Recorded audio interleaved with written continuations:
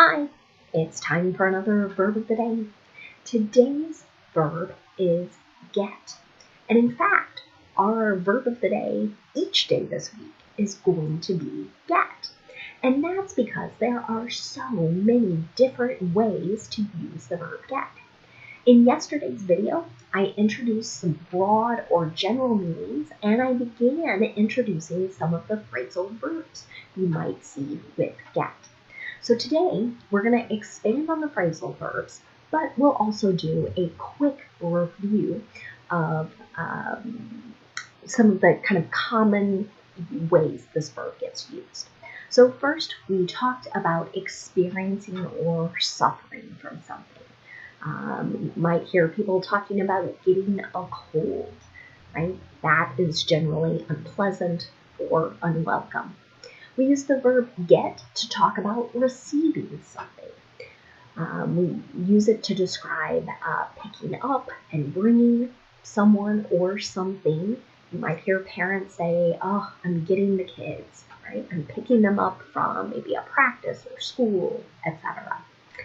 We also talked about using the verb get to mean reaching a certain state or condition. Some children get very excited to say they are getting taller, right? That would be a state or condition. As we talked about yesterday, get is an irregular verb. To make the progressive tense, we're going to need to double the last consonant because we have a consonant, vowel, consonant, one syllable. So we're doubling that and then adding ing to form getting.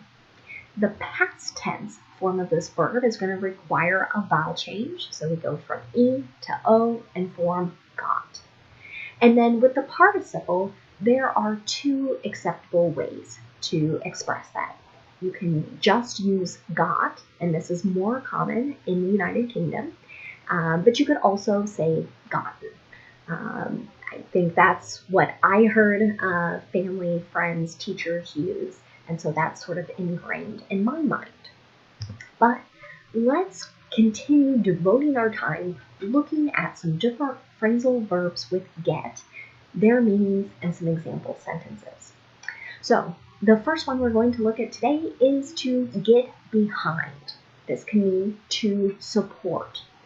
Here is a recent example I saw in a news article. Movie studios got behind a marketing effort to get audiences back in theaters. So generally, movie theaters are responsible for drawing audiences in.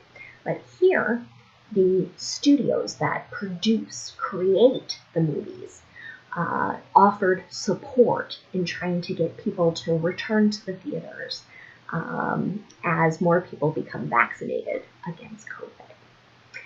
You might also hear the phrasal verb get behind with. Another alternative meaning here is to mean that you are late paying for something. Here's an example of that. Is he getting behind with his utility bills? Utilities could be referring to water, gas, electric. So is he late paying those bills? The next phrasal verb we'll look at is get between.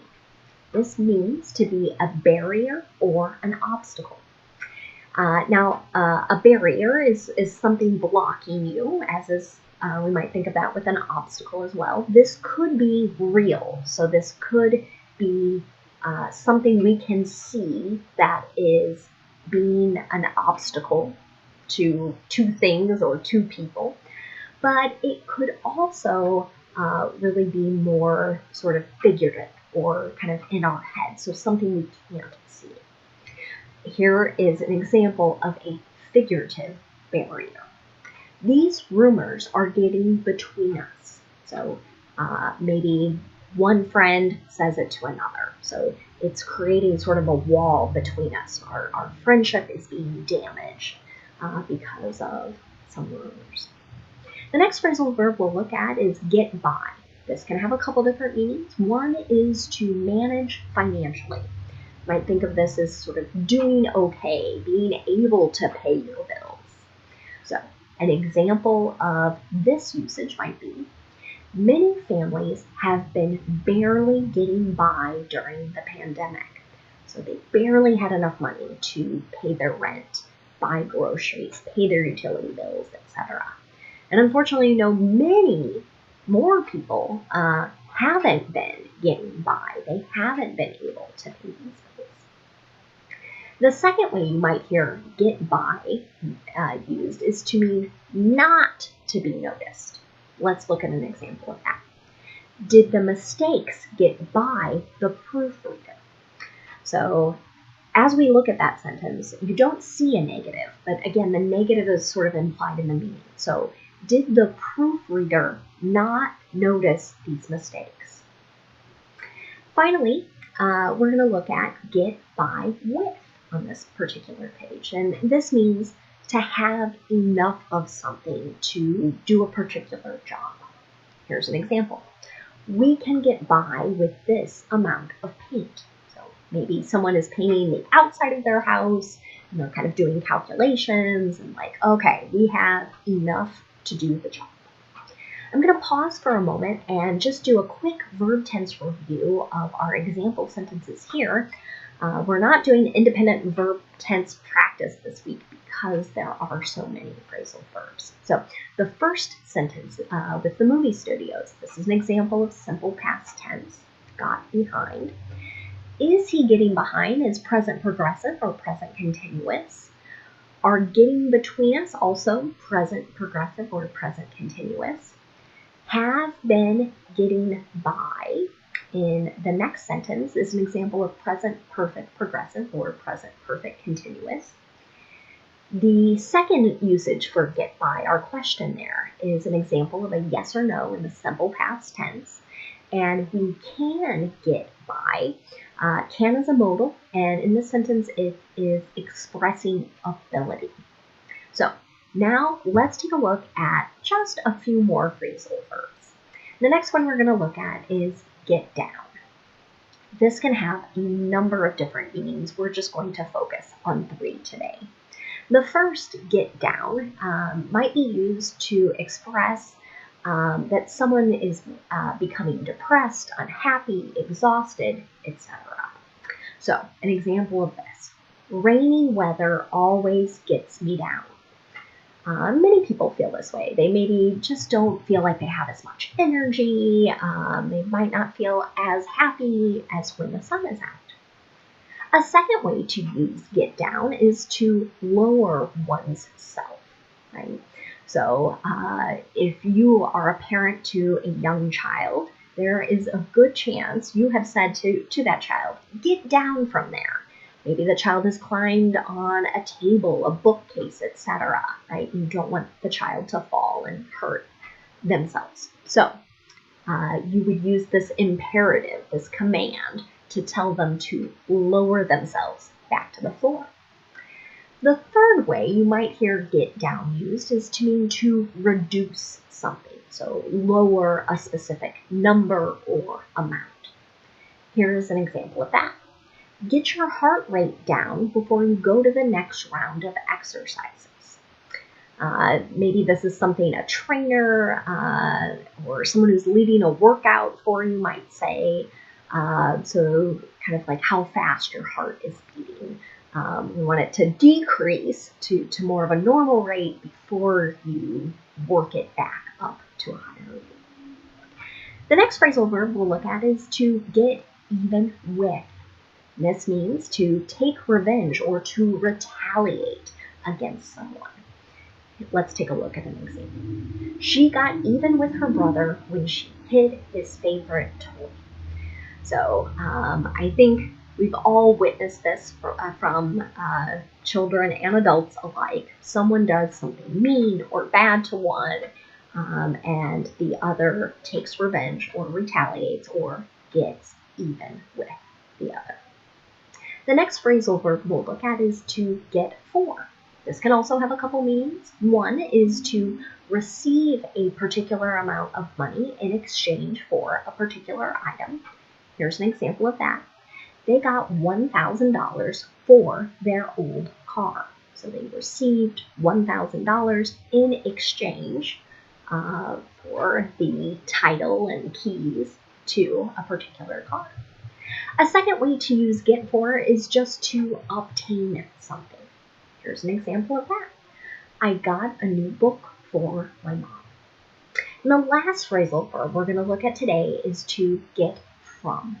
And this goes back to that broad meaning of just receiving something, or maybe even someone. Let's look at an example sentence here. Did he get COVID from his coworkers? Did he contract or receive the illness? Now, before we look at some related phrases, let's take a moment to review our verb tenses here. In the first sentence about the weather, that always gets me down, that's an example of the simple present. The next two sentences are examples of the imperatives. We have commands, right? We're telling someone what to do. There's no stated subject in either of those sentences. Sentence 4, she got even with her brother. That's simple past tense, as is the next one. They got $1,000 for the old car. So is the next one after that. I got a new book for my mom. Again, simple past tense. And our last example sentence is an example of the simple past tense and a yes or no question. Did he get? So now that we've reviewed those, let's take a look at some phrases that you might hear that use the verb get. And the first phrase maybe you've heard from someone is to get bent out of shape. So this means to become angry or upset. And again, we're going to use this in another imperative. Here's a negative though. Don't get bent out of shape. We were just teasing. So again, this might be something you say to someone. You thought you were joking or kidding around, but the other person starts to become angry or upset. The next phrase we'll look at is to get down on one knee. Now, we looked at get down earlier, but these additional 3 words, on one knee, really changes or alters the meaning. So this phrase is used to express the idea that someone has proposed marriage to another person. Now, I think this sort of tradition can tend to be a bit Western. The idea, I think, is that it's a sign of respect and loyalty, and that's perhaps the history behind it.